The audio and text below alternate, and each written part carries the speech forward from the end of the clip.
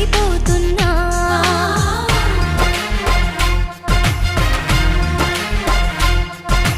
నిండు రేలో ఇంత వెలుగు ఇది ఎక్కడిదనుకున్నా.